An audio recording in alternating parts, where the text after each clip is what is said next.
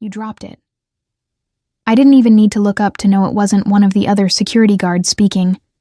The voice was different, too low, too controlled. The kind of voice that doesn't need to repeat itself, because whoever hears it understands, instinctively, that there won't be a second chance. I looked down at the marble floor.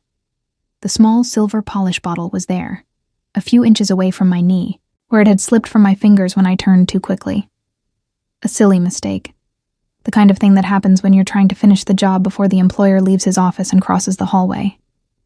But I had miscalculated, and now he was standing less than 6 feet away from me, looking at the bottle on the floor, and I was kneeling in the middle of the main corridor of the mansion with nowhere to go. "Sorry," I said. The word came out small, barely audible. I picked up the bottle and stood up slowly, without making any sudden movements.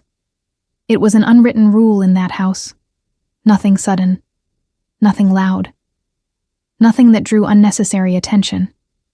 Hakjin hadn't established that rule verbally, at least not with me, but 3 weeks of working there was enough to understand that the entire environment adjusted to his rhythm, and his rhythm did not tolerate chaos. He kept walking. He said nothing more.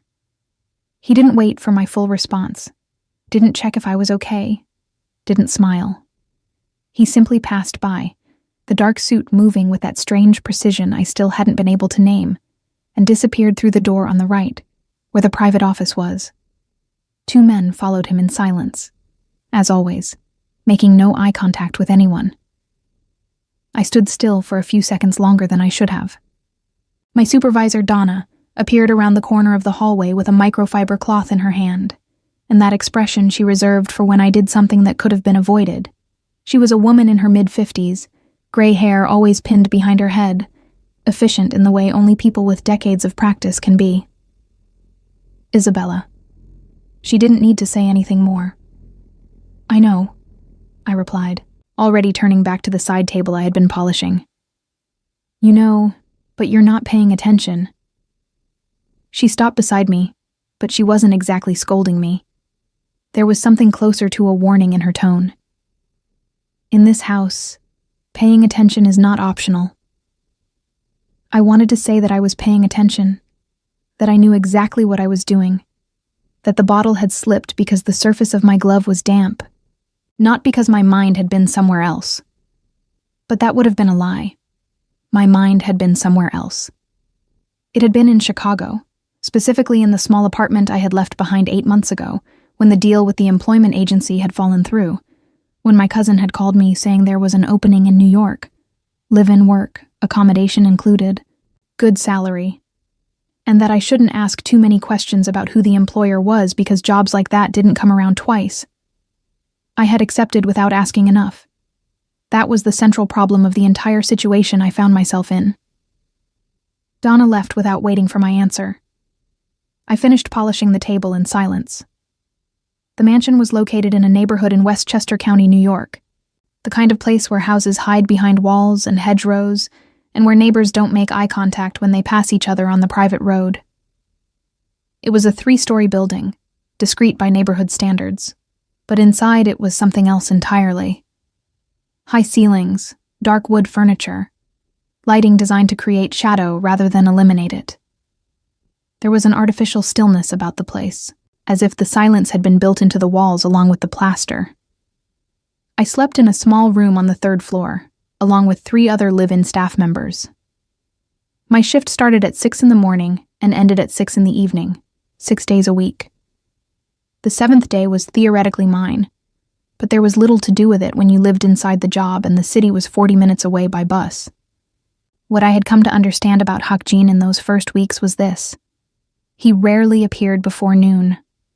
When he did, there were always at least 2 people in his shadow, never fewer. He spoke little. He didn't shout. He didn't throw things. He didn't humiliate staff members in front of others. That had surprised me, honestly, because I had expected something different after my cousin had explained to me, in whispers during a quick phone call, that the man I was going to work for had certain connections that were not exactly legal. "You don't need to know the details," she had said. "Just do the work and stay quiet." I had stayed quiet, It was what I did best. But that Tuesday, something changed. It was close to 4 in the afternoon when I was sent to bring a tray with tea to the office. Donna had called me into the kitchen with a direct look and said, "Mr. Hakjin asked for tea. Your closest." I wasn't the staff member who normally attended the office. There was an unofficial hierarchy in the live-in service, and I was still too new to be on the list of those who had regular access to that hallway. But apparently whoever was on the list had left early, and I was what was available. I took the tray. I set the teapot, the cup, the small spoon, a little saucer with brown sugar, because Donna told me that was how he preferred it, and walked to the office door. I knocked twice, softly. "Come in."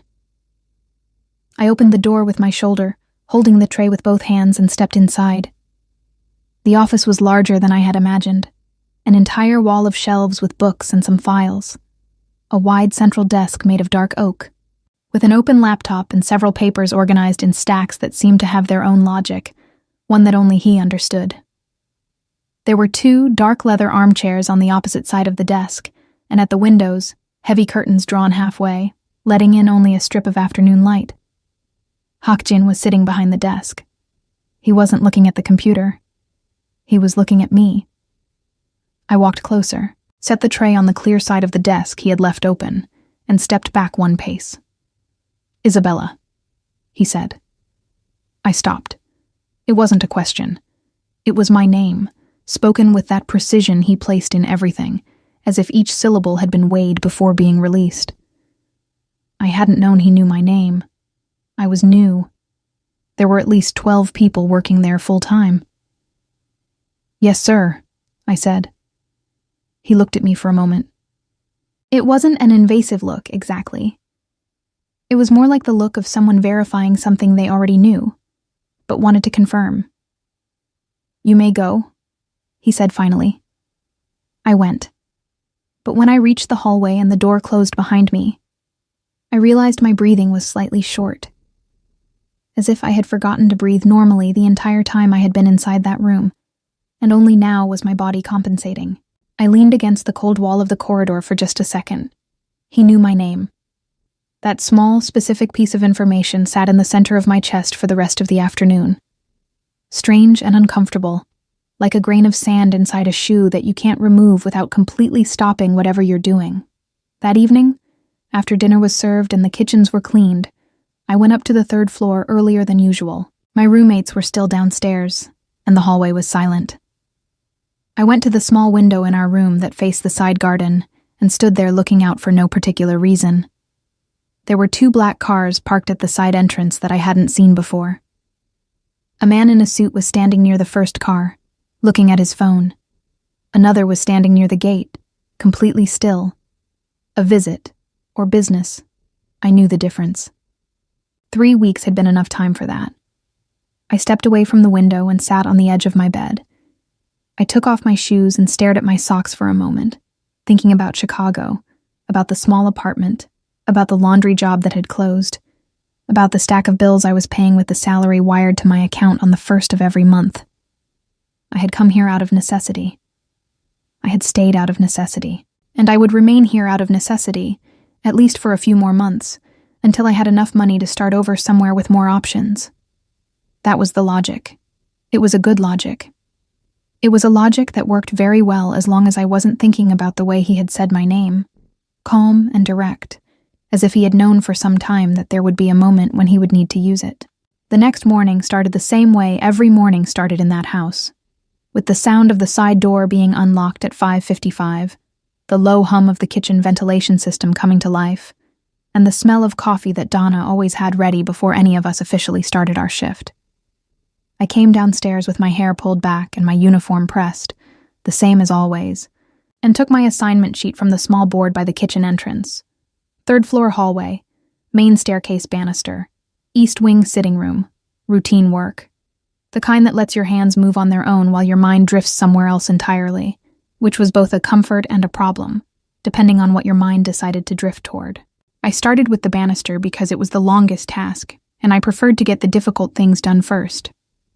The wood was dark and ornate, carved with a detail that someone had clearly put real thought into decades ago, and it required a specific motion. Long, even strokes, no pressure on the joints, or you'd leave streaks. I had learned that the hard way in my first week, when Donna had come behind me and redone an entire section without saying a single word, which was somehow worse than being told directly. I was about halfway down the second floor when I heard voices coming from below. Not the usual low exchanges between staff. These were different. Sharper. 2 men speaking in Korean, quickly.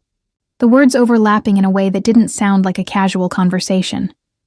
I couldn't understand the language, but I didn't need to. The tone carried enough. I kept working. Eyes on the wood, hands moving. One of the voices got louder for just a moment. Not quite a shout, but close. And then cut off completely. The silence that followed was the kind that feels heavier than sound. I heard footsteps cross the entrance hall below, then a door closing firmly. Not slammed, just closed with more intention than necessary. Then nothing. I exhaled slowly and moved my cloth to the next section of the banister. 30 seconds later, Hakjin appeared at the bottom of the staircase. He didn't look up immediately. He was adjusting the cuff of his jacket with 2 fingers, the motion precise and unhurried, as if whatever had just happened in that room had already been filed away somewhere internal and dealt with. Then he looked up and saw me on the stairs above him. I froze for half a second before I could stop myself. He didn't react to my freezing. He just looked at me the same way he had the day before in the corridor, that steady, measuring look, and then started up the stairs. I moved to the far side to give him room to pass. He walked past me without a word, close enough that I could see the faint tension in his jaw, the only visible sign that something in the last few minutes hadn't gone exactly the way he intended. He was gone around the upper landing before I remembered to start breathing again. That afternoon, everything shifted. I was in the East Wing sitting room, dusting the shelves along the far wall, when Marcus came in. Marcus was one of the senior security staff, a broad-shouldered man in his late 30s who spoke with a quiet authority that made clear he had been in that position for a long time.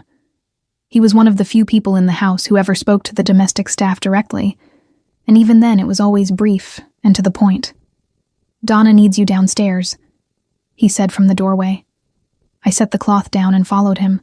Donna was in the small room off the kitchen that served as her office, a narrow space with a desk, 2 chairs, and a whiteboard on the wall covered in shift schedules. She was standing when I came in, which meant this wasn't a routine conversation. "Close the door," she said. I did. "There's going to be a private event here on Friday evening," she said. "Dinner for 12. External guests. The house will need to be at a different standard than usual, and I need people I trust for the evening service." She looked at me steadily. "I'm putting you on the dining room." I waited to see if there was more. "You'll need to be invisible," she continued. "Plates move, glasses are refilled. Nothing is left on the table longer than it should be. You don't speak unless spoken to, and if someone does speak to you, you answer briefly and move on. Do you understand?" "Yes," I said. "These are not ordinary guests, Isabella. I understand." She looked at me for a moment longer, as if she was measuring something that wasn't visible on the surface. Then she nodded once and turned back to her desk. I took that as my cue to leave. I stepped back into the kitchen and stood near the counter for a moment, my hand resting on the cool edge of the marble. Not ordinary guests. In that house, I had already gathered that not ordinary could mean a great many things. Some of them were things I preferred not to think about too directly. Friday came with a gray sky and a wind that rattled the tall windows in the East Wing. By 3 in the afternoon, the house had shifted into a different mode entirely. A florist arrived with arrangements that were loaded onto a dolly and wheeled through the service entrance. 2 extra kitchen staff came in. People I hadn't seen before, efficient and silent, who moved around our regular team without introduction. The dining table, which I had helped extend that morning with 2 extra leaves, was being set by the time I finished changing into the formal version of the uniform. Black instead of the usual gray. White cuffs, everything pressed twice. The guests arrived at 7. I was in position near the sideboard, slightly behind the line of sight from the main seating area, when I heard the front entrance open. The sound of several pairs of shoes crossing the marble floor. Low voices. Then the doors of the dining room opened, and people began to enter, guided by Marcus and another member of the security team. I kept my eyes on the table, on the glasses, on the arrangement of silverware. But I noticed when Hakjin entered. It wasn't something I decided to notice. It was more that the room changed when he walked in. A subtle shift in how everyone else in it held themselves. The guests, men and women in expensive, understated clothing, arranged themselves around the table with the practiced ease of people who attended events like this regularly. But there was a particular awareness in the room when Hakjin took his seat at the center of the long side of the table. Not at the head. The center. From there he could see everyone, and everyone could feel that they were seen. Service began. I moved through the room with the careful efficiency Donna had trained into me over the past weeks. Dishes arrived from the kitchen, were placed, collected. Glasses were checked and quietly refilled when they reached a certain level. I worked without sound, without making eye contact with guests unless they looked at me directly, which most of them didn't. Most of them. About 40 minutes into the dinner, one of the men seated near the end of the table said something to me in a low voice as I reached past him to remove a plate. I didn't catch it clearly at first. The table conversation was ongoing, and there was music playing softly from somewhere. So I leaned the smallest amount closer and said quietly, "I'm sorry?" He said it again. It was a question about whether there was a particular wine available, phrased in a way that was almost polite, but carried a tone underneath that was something else. "I'll check with the kitchen," I said, and straightened, already turning toward the service door. I didn't see it happen. I only heard it, or rather felt it. A change in the tone of the room so sudden and complete that my hand stopped on the door handle before I had consciously decided to stop. I turned my head slightly without fully turning around. Hakjin was looking at the man who had spoken to me. He wasn't saying anything. He was simply looking at him, his expression unchanged from what it had been all evening. Composed, attentive, unreadable. But something in the quality of that look made the man shift in his seat and reach for his water glass. And the small smile he had been wearing when he spoke to me was gone. The table conversation resumed within seconds, seamlessly, as if nothing had interrupted it. I went through the service door.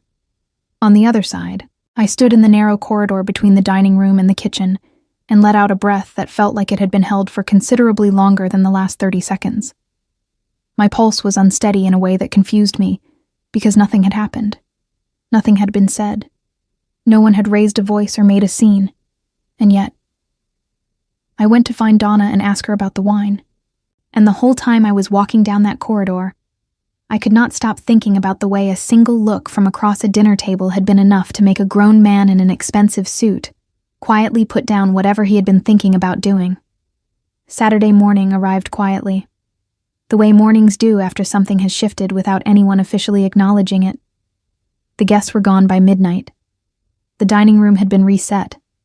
The extra kitchen staff had left, and the house had folded itself back into its usual stillness like nothing had happened. But something had, and I felt it the way you feel a change in pressure before a storm. Not in any single obvious thing, just in the air itself. I was assigned to the west corridor that morning. Window cleaning. It was solitary work, the kind I usually didn't mind. Just me and a squeegee, and the gray morning light coming through tall glass panels.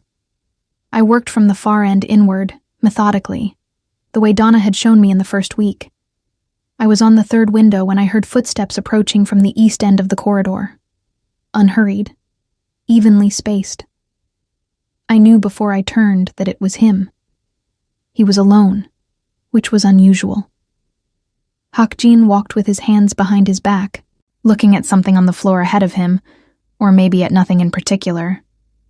It was hard to tell with him. He was wearing dark trousers and a plain charcoal sweater. No jacket, no suit. It was the most casual I had ever seen him, and it made him look, for just a fraction of a second, like someone almost ordinary. Then he looked up, and the fraction of a second passed. I turned back to the window and kept working. He stopped a few feet away from me. I could see his reflection faintly in the glass, a dark shape against the pale corridor behind him. He didn't say anything immediately, and I didn't turn around. I kept the squeegee moving in long, even strokes the way I was supposed to. "How long have you been here?" he asked. His English was precise and lightly accented, every word placed with care. I had heard him speak before, but always at a distance, always as part of a larger scene. This was different. This was directed at me, in an empty corridor, with no Donna nearby and no other staff in sight. "Almost 4 weeks," I said. I kept my voice even, professional.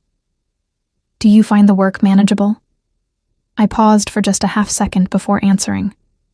"Yes, sir." He was quiet for a moment. In the glass reflection, I could see that he hadn't moved. "Last night," he said. "The man at the end of the table. He didn't bother you?" There it was, the thing I had been turning over in my mind since the night before, now sitting directly in the air between us, waiting for me to do something with it. "No," I said carefully. He asked about the wine selection. That's not what he did. I stopped moving the squeegee. My hand stayed on the handle, but the motion stopped, and for a moment the corridor was completely silent, except for the faint sound of wind against the glass on the other side. I didn't know what to say to that. I didn't know what he wanted me to say.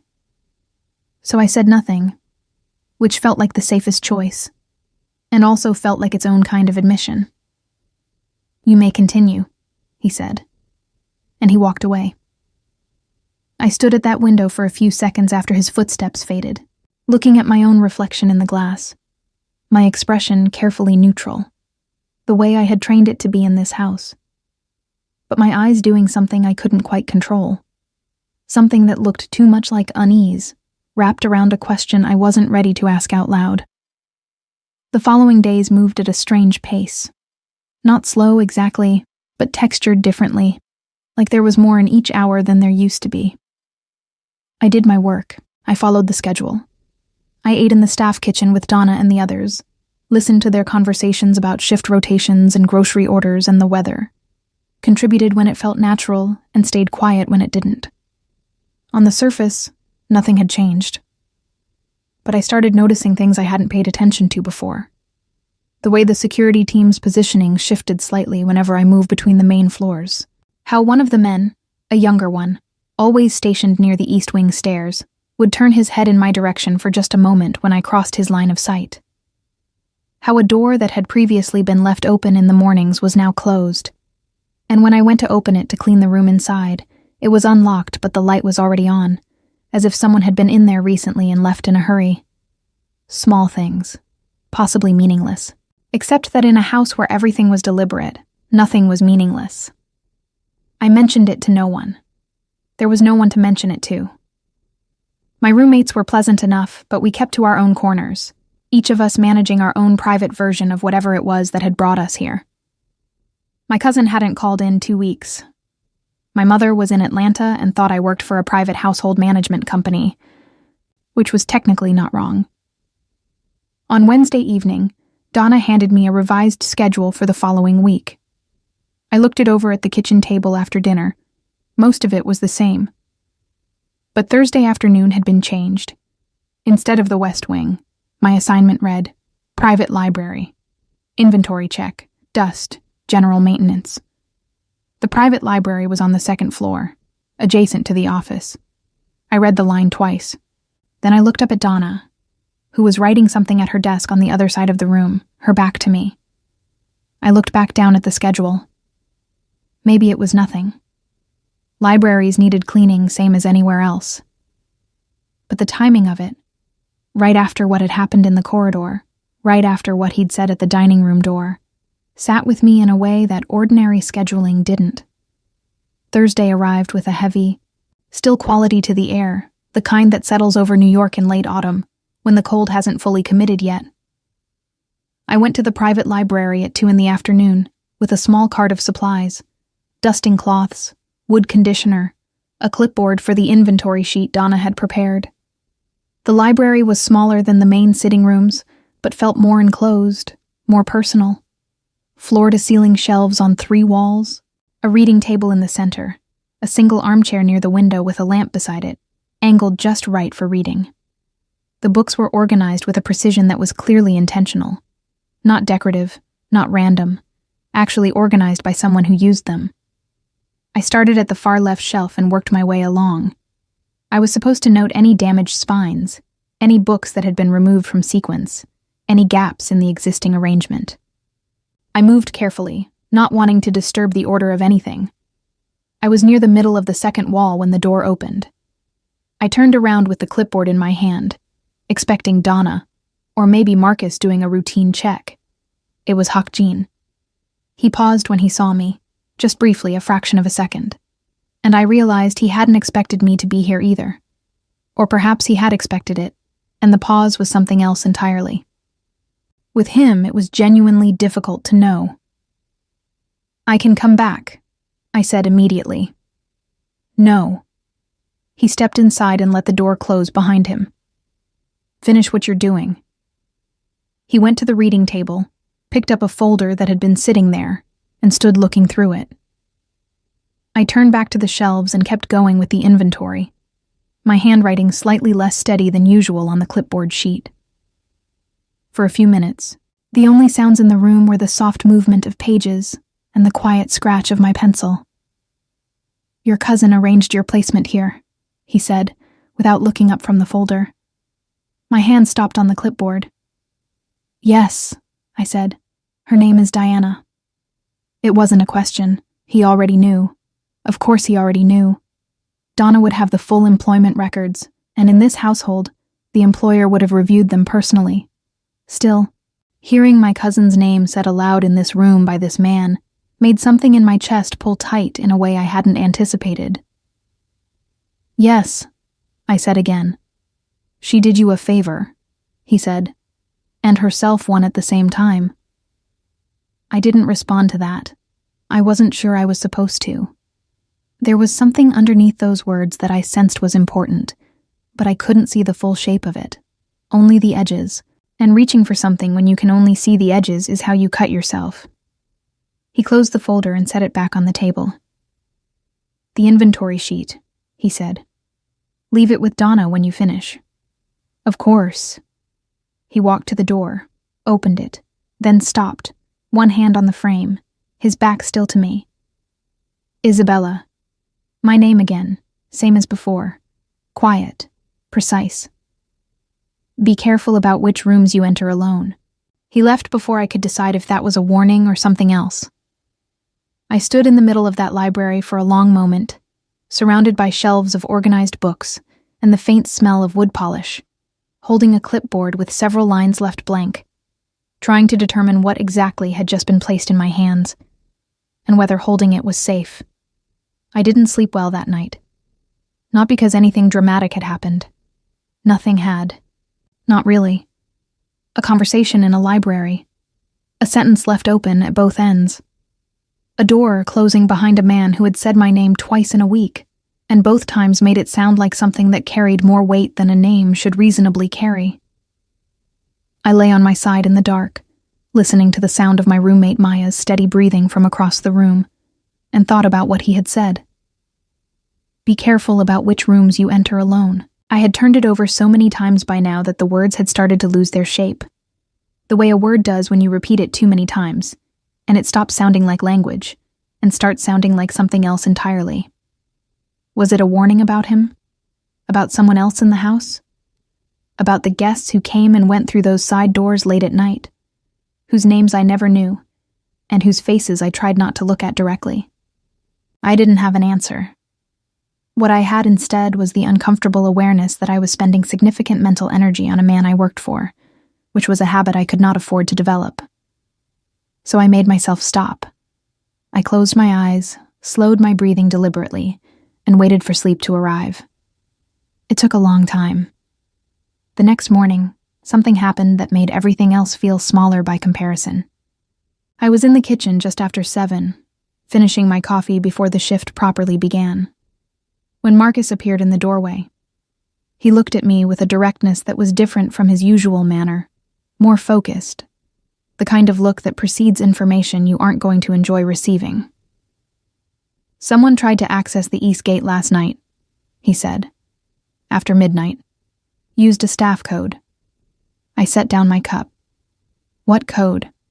He looked at me steadily. "Yours." The kitchen felt very still. The ventilation hummed. Someone in the back was washing something at the sink, the water running loud and then quiet. "I didn't leave my room last night," I said. "I know." His tone was flat, but not unkind. "The camera logs confirm it. You were on the 3rd floor from 9:43 p.m. until this morning. But someone had your access code, and they tried to use it at the east gate at 12:17 a.m. I felt a cold, specific kind of discomfort move through me. Not quite fear, but the precursor to it. The shape of something I didn't want to look at directly. "How would someone have my code?" I asked. "That," Marcus said, "is what we're trying to determine." He left after that, giving me nothing else. I stood in the kitchen for a moment after he went, my coffee cooling on the counter, my mind moving through the past 4 weeks with a new and unwelcome lens. Who had been close enough, consistently enough, to see me enter my code at the gate? We used it to come in through the side entrance on days off. I had used mine 3 times. Each time I had been alone, or thought I had been. I went to find Donna. She was already aware. She knew everything that happened in that house before most people did, which was either reassuring or unsettling depending on the moment. She sat me down in her narrow office and asked me, calmly and methodically, to walk her through every time I had used the gate code. I did. She wrote things down. She didn't tell me what she thought. She thanked me and said I should continue my regular schedule and not discuss this with the other staff. I nodded and went to do exactly that. But the rest of the morning was difficult to get through. My hands kept doing the work, folding, lifting, arranging, while my brain sat behind my eyes running its own separate operations, trying to figure out who in a house full of careful, quiet, professional people had been watching me carefully enough to take something as small as a 6-digit access code. At noon, I was called to Donna's office again. This time, Hakjin was there. He was standing near the small window, one shoulder against the wall, arms crossed loosely. He wasn't looking at the window. He was looking at the door when I walked in, as if he had been waiting for precisely the moment I arrived. Donna was at her desk, pen in hand, not writing anything. I stopped just inside the door. "Sit down," Donna said. I sat in the chair across from her desk. My back was straight without me having to think about it. Some situations instinctively remove the option to slouch. "We've identified whose code was used to attempt the gate entry," Donna said. "We're addressing it. But the reason you're here is because the situation has implications for your security within the household." I looked at her. Then, despite myself, I looked at him. Hakjin was watching me with that same steady attention he always carried, and I still could not read it precisely. Not cold, not warm. Something more functional than either of those things. Like the attention of someone solving a problem that requires all available information before a decision can be made. "What kind of implications?" I asked. Donna glanced toward Hakjin briefly before answering, which told me the answer had been discussed before I entered the room. "Your current room assignment puts you in a shared space on the 3rd floor," she said. "Given what happened, Mr. Hakjin believes it would be more appropriate to move you to the East Wing." I sat with that for a second. The East Wing was the 2nd floor. Private, smaller rooms, 1 per person, reserved for senior staff. I had never even been inside that corridor outside of work hours. "That's not necessary," I said. "I'm fine where I am." "It's not a question," Hakjin said. His voice was quiet, completely calm. 2 words, and the conversation was over on that particular point. I looked at the floor for a moment. There was a very specific quality to not having a choice inside a situation that was presented as consideration for your welfare, and it sat with me in a place I couldn't immediately name. Not anger, not exactly. Something more complicated. "When?" I asked. "This afternoon," Donna said. "After your shift." I moved my things at 5:30. It didn't take long. I hadn't accumulated much in 4 weeks. 2 changes of uniform, my personal clothes folded into the same bag I had arrived with, my phone charger, the small framed photograph of my mother I kept on the nightstand. Maya watched me pack without asking questions, which I appreciated more than I could have explained. The room in the East Wing was small, but entirely my own. A single bed, a window that faced the rear garden, a wardrobe, a desk. There was a small bathroom adjacent that I would share with only one other person, senior staff on the other side. The floor was quiet. The walls felt thicker somehow, the outside sounds more muffled. I sat on the edge of the new bed and looked around the room. It was nicer than where I had been. Quieter, more private, genuinely more comfortable. And that fact bothered me in a way that a less comfortable arrangement might not have, because it was easier to maintain a clear sense of your own situation when nothing about it felt like something you might choose for yourself. Someone knocked on the open door. I looked up. It was Marcus. "There's a new access code for your gate entry," he said, handing me a folded piece of paper. "Different sequence, only yours. Don't write it anywhere." "Understood," I said. He left. I unfolded the paper, looked at the 6 digits, then folded it back up and held it in my hand. The house was very quiet around me. Downstairs somewhere, the muffled cadence of what sounded like a phone call in another language reached up through the floor and dissolved before it arrived fully formed. The rear garden outside my window was dark, just the faint shape of the hedgerows visible against the night sky. I thought about calling my cousin. I thought about it seriously, sitting there on that bed with my unopened bag beside me, for a solid 3 minutes. I wanted to ask her what exactly she had gotten me into, what the other side of the favor she had done herself actually looked like, and whether she had known before she made the call to me that this particular household was not a place you left simply because your contract ended. But I didn't call her. Because some part of me, quiet and uncomfortable, and not quite honest with itself yet, was not entirely sure that leaving was what I wanted. That thought frightened me more than the gate incident had. I put my phone face down on the desk, unpacked my bag with deliberate, methodical movements, and went to bed at 9 o'clock. Outside, somewhere on the ground floor, I heard a door close. Firm and final, the way only one person in that house closed doors. I pulled the blanket up and stared at the ceiling until my eyes finally gave out. 3 days passed without anything remarkable happening, which in that house felt more suspicious than reassuring. I did my work. I learned the East Wing's rhythms, which floorboards creaked, how the heating ticked on at 6 a.m. and again at 9 p.m., the exact angle of morning light that came through my window and moved across the desk by 8:30.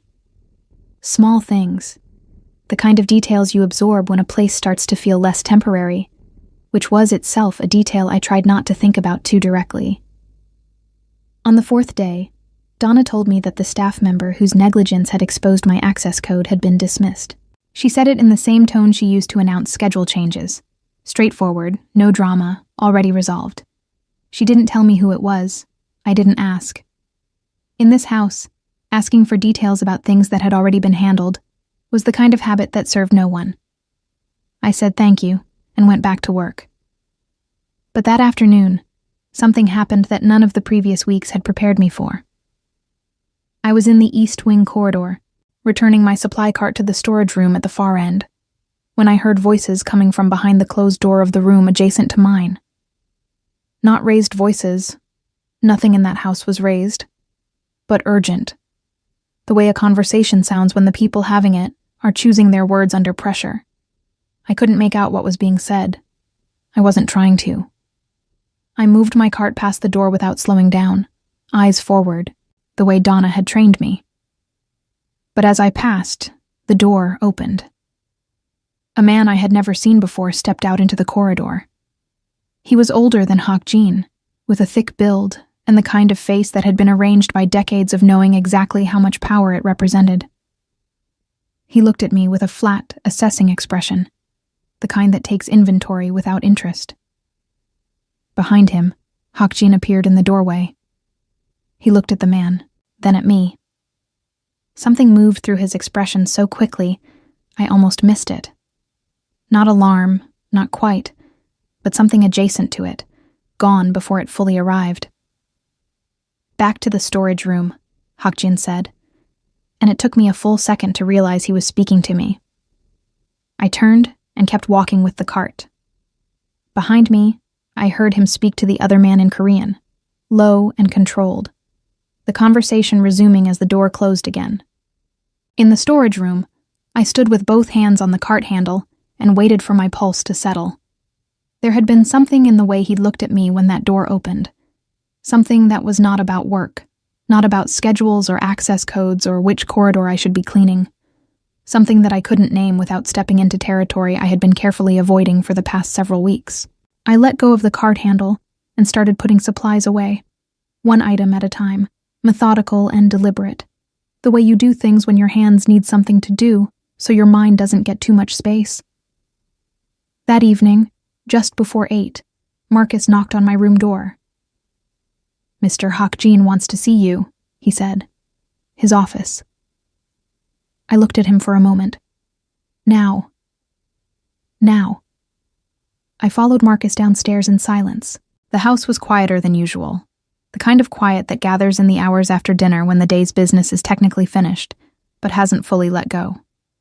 The office door was closed. Marcus knocked once, opened it, and stepped aside for me to enter. Hawk Jean was behind his desk. No folder this time, no open laptop. He was simply sitting, one hand resting on the desk surface.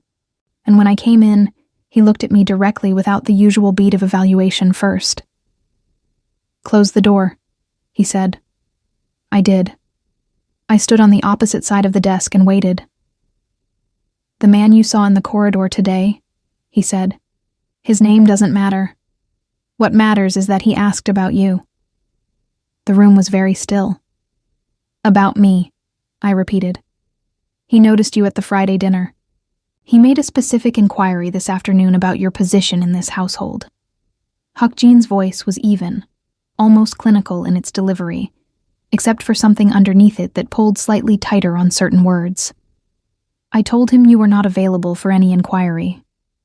I wasn't entirely sure what available meant in that context, and I was fairly certain that not knowing was the safer condition to remain in. "What did he say to that?"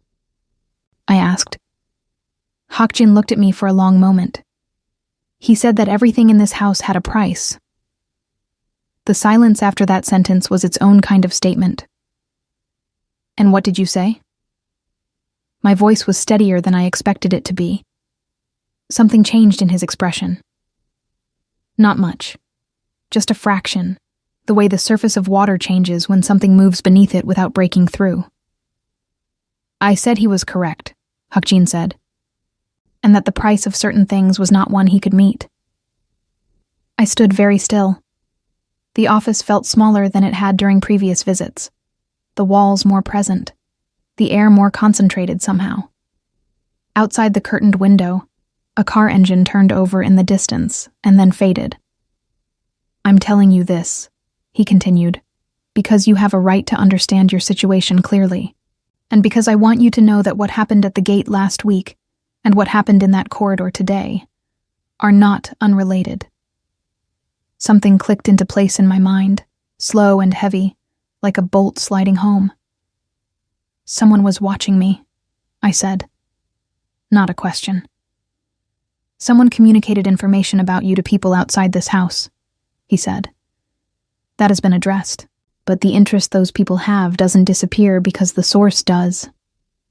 I looked at the desk surface for a moment, the grain of the dark wood, the precise edge where Hawk Jean's hand rested, still and unhurried. "What does that mean for me?" I asked. He didn't answer immediately. That pause, the way he used silence as punctuation, was something I had grown familiar with. It meant he was not choosing whether to answer, but how. "It means," he said, "that your position here is different from what it was when you arrived." "Different how?" He looked at me steadily. "You're not invisible anymore, Isabella. Not to the people outside this house. Which means the way this household treats your presence here needs to reflect that." I thought about Diana, about the phone call I still hadn't made, about my mother in Atlanta who thought I worked for a management company. I thought about the 6-digit code on the folded piece of paper in my desk drawer, about the East Wing room that was quieter than anywhere I had lived in years, about the way a single look across a dinner table had made a grown man put down whatever he was thinking. "You're telling me I can't leave," I said quietly. "I'm telling you," he said, with the same careful precision he put into everything, "that leaving right now would be unsafe." That is not the same thing. It was a distinction. A real one, probably. But sitting inside it, in that office, at 8 o'clock on a Thursday night, it felt remarkably similar from the inside. "For how long?" I asked. "Until it's resolved." "And who decides when it's resolved?" He held my gaze without any discomfort at all.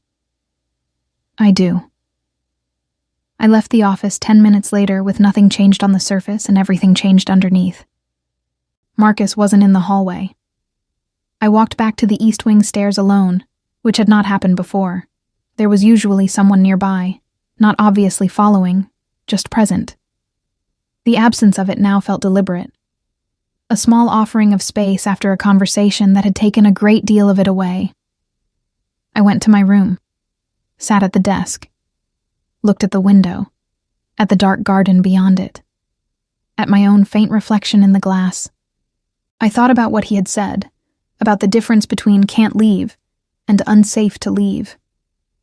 I turned it over the way I had turned over his other sentences, looking for the place where control ended and genuine concern began, trying to locate the line between the two. In that house, with that man, the line was not always visible. Maybe it wasn't always meant to be. But here was the thing I kept arriving at, no matter which direction I approached it from. And this was the part I was least comfortable admitting, even to myself, in the privacy of my own room at night. I believed him. Not completely, not without reservation, not in the uncomplicated way that belief usually works, but in the specific, limited way that you believe someone when their actions have consistently matched their words over enough time for a pattern to become recognizable. He had not lied to me once in the weeks I had been here. He had said very little, but what he had said had been true. That was not nothing. In the situation I was in, that was actually quite a lot. I reached over and turned on the desk lamp, pulled a piece of paper from the small notepad I kept in the drawer, wrote my mother's number at the top, then Diana's below it, then sat looking at both of them. I didn't reach for my phone. Instead, I folded the paper carefully, the same way I had folded the paper with the gate code, and put it in the drawer. Outside, the garden was dark and still. Somewhere in the house below me, I could hear the faint sound of movement. Someone crossing a room, a door opening and settling closed. The ordinary sounds of a place that was still operating, still functional, still intact around whatever it was that had shifted in the last few days. I turned off the desk lamp and sat in the dark for a while. I was not the same person who had carried a bag up to a third-floor room 4 weeks ago, not sure how long she'd last, counting the weeks until she had enough to leave. That version of myself felt like someone I had read about rather than been. The woman sitting in this East Wing room, in the dark, turning over sentences and looking for lines between things. She knew more, saw more, understood at minimum that the walls of her situation were more intricate than they had first appeared. That could have been frightening, and parts of it were. But underneath the fear, quieter and more stubborn, was something that felt almost like clarity. The kind that arrives not when everything is safe, but when you finally stop pretending that you don't understand exactly where you are. I was in Hawkjean's house, under his protection, by his decision, on his terms. And for reasons I wasn't fully ready to put into words, I had stopped counting the weeks until I could leave.